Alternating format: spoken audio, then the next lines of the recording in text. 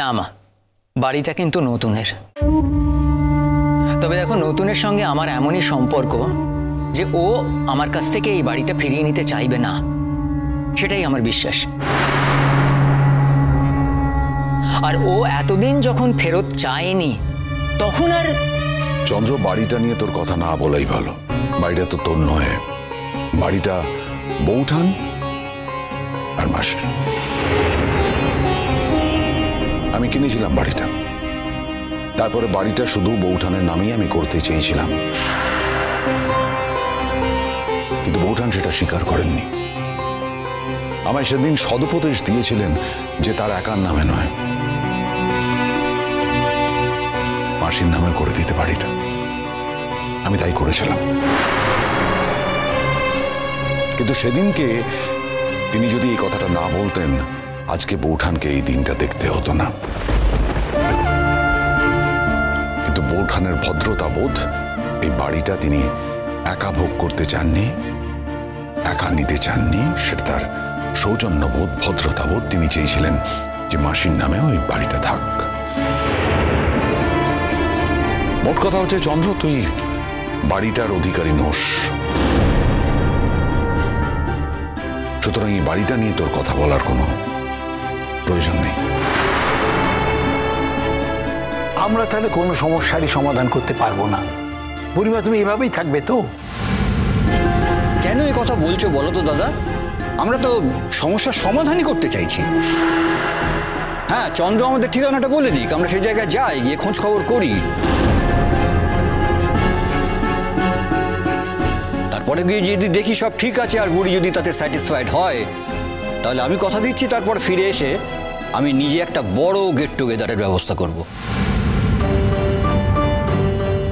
হ্যাঁ, মানে তোমরা সবাই তো নতুন জামাইকে নিয়ে সেলিব্রেট করতে চাইছো, ভালো, তাতে না হয় বুড়িমাও পার্টিসিপেট করবে। বুড়ি, মেয়ে হয়ে জন্মেছ মা, একটু বুঝদার হও। সবসময় এরকম খাড়াখাড়ি করে চলো না, সারা দুনিয়া তো তোমার কথা মতো চলবে না। আমি তো তাই ভাবি বুড়ি, আমি যদি এরকম করতাম। বালাই ষাট, ভগবান করুক আমার দাদার 100 বছর পরমায়ু হোক। তুমি হঠাৎ এসব কথা বলছো কেন? তোমাকে দেখে, তোমার বিদ্রোহ দেখে আমি তো জানি আমার শ্বশুর বাড়ির অবস্থা। আমি যদি তোমার আচরণের সামান্য অংশও করতাম, তাহলে সেই দিনকেই আমাকে সোজা বাপের বাড়ি পাঠিয়ে দিত।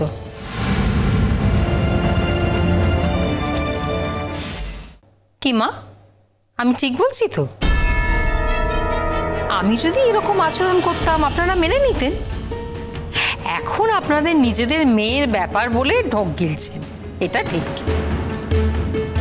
মোটেই আমরা ঢোক গিলছি না, আমরা মেয়েকে বারবার বোঝানোর চেষ্টা করছি। একটা কথা মনে রেখো রশ্মি, আমার মেয়েরও যথেষ্ট বয়স হয়েছে, তাকে বুঝিয়ে কোনো কিছু গিলিয়ে দেওয়া যাবে না। আমি শুধু একটাই কথা বলতে চাই, আমি তো রেগুলার চেষ্টা করে গেলাম, আমার চেষ্টার কোনো ত্রুটি রাখিনি।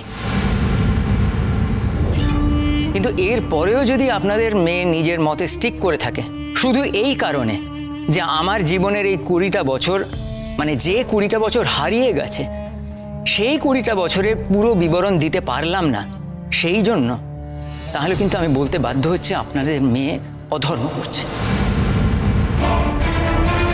বাবা, মা কি ধর্ম অধর্মর ভয় পায় নাকি যে এসব কথা ভাববে?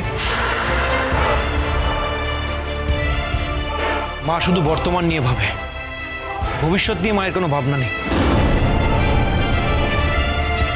মা এই কথাটা ভুলে গেছে যে মায়ের আরো বয়স হবে, আর যখন বয়স হবে তখন ছেলে মেয়েরা কেউ নাও থাকতে পারে পাশে, কিন্তু যে লোকটা পাশে থাকবে, যার পাশে থাকার কথা, তাকে দূর দূর করে তাড়িয়ে দিচ্ছে, আর সেই লোকটা আমার বাবা। কেন সরিয়ে দিতে চাইছে সে কথা তো সবাই জানে, সে বিষয়ে কথা বলে লাভ কি? কেন বলো তো? তুমি জানো নাকি কেন তোমার শাশুড়ি মা সরিয়ে দিতে চাইছেন? সেসব বিষয়ে আর কথা বলতে চাই না আমি।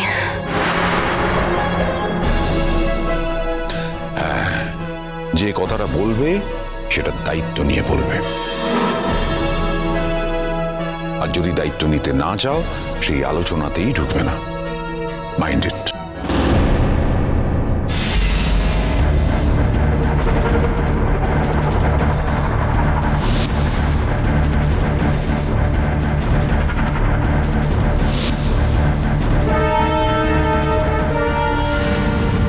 ছাড়ো না নতুন কাকু, কে কি বললো তাতে কি এসে যায়? কিছু এসে যায় কি? কার কথা ধরছো তুমি? যে কিনা তোমাদের দয়ায় এই বাড়িতে ঢুকে পড়ে আবার সংসার করতে পারছে, তার কথা? সে কেমন মানুষ সেটা কি এতদিনেও বোঝোনি?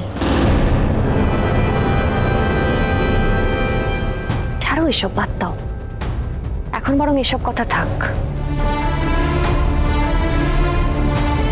শুনুন আঙ্কেল, আপনাকে আমি একটা কথা বলছি, আপনি কিন্তু কিছু মনে করবেন না।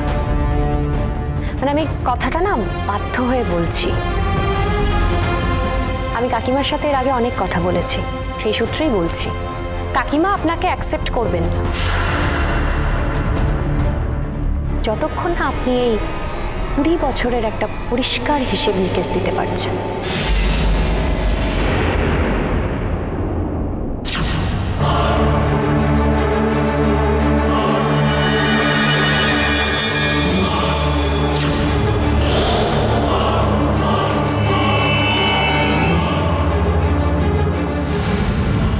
আপনি বলছেন যে আপনার স্মৃতিভ্রংশ হয়েছিল, আপনার নাকি কিছুই মনে ছিল না, সেটা একরকম কথা। কিন্তু আপনার স্মৃতিভ্রংশ হয়েছিল, অথচ আপনি কিন্তু কখনো কখনো কোনো কোনো কথা বলে ফেলছেন, আবার অনেককে অনেক প্রমাণও দিয়ে ফেলছেন। এটা কিন্তু আপনার স্মৃতিভ্রংশ হওয়াকে সাপোর্ট করে না। আপনি যে হোমের নাম বলছেন সে হোমের তো কোনো অস্তিত্বই নেই। আপনি বলছেন যে আপনার নাকি কিছুই মনে নেই, আপনি কোনো কথাই মনে করতে পারছেন না, অথচ কখনো কখনো কোনো কোনো কথা কিন্তু মনে করে বলে ফেলছেন, আবার কখনো বলতে পারছেন না। এই সব কিছু মিলে না কাকিমার মনে একটা ঘোরতর সন্দেহ হচ্ছে। আমি অনেক ছোট আঙ্কেল, কিন্তু ছোট হলেও আমি এই কথাটা বলতে বাধ্য হচ্ছি। হ্যাঁ, আপনার সঙ্গে আমার সম্পর্কের কথাটা মনে রেখেই আমি বলছি। আপনি চলে যাওয়ার পরে কাকিমা যে চিঠিটা পেয়েছেন, আপনি বলেছেন না ওই চিঠিটা একটা সাংকেতিক চিঠি। ওটা কিন্তু কোনো সাংকেতিক চিঠি নয় আঙ্কেল, ওটা আপনাকে লেখা একটা মহিলার চিঠি। আর যেই মহিলার সঙ্গে আপনার অ্যাফেয়ার ছিল বলে কাকিমা মনে করছেন।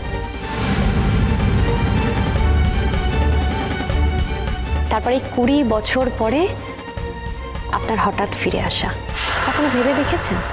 না, এই কথাটা আমি এখানে যারা আছে সবাইকেই বলছি। দাদু ভাই, দিদিন, আমি এই কথাটা তোমাদেরও বলছি।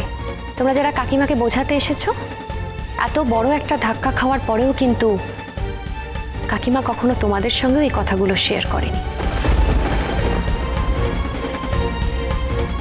তার ছেলে মেয়েদের সঙ্গেও কিন্তু শেয়ার করেনি।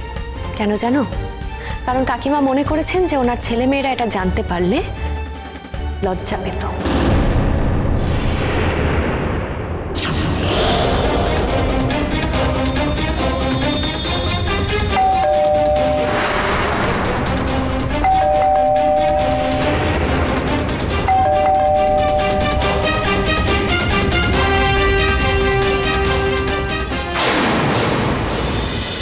চিরসখা হে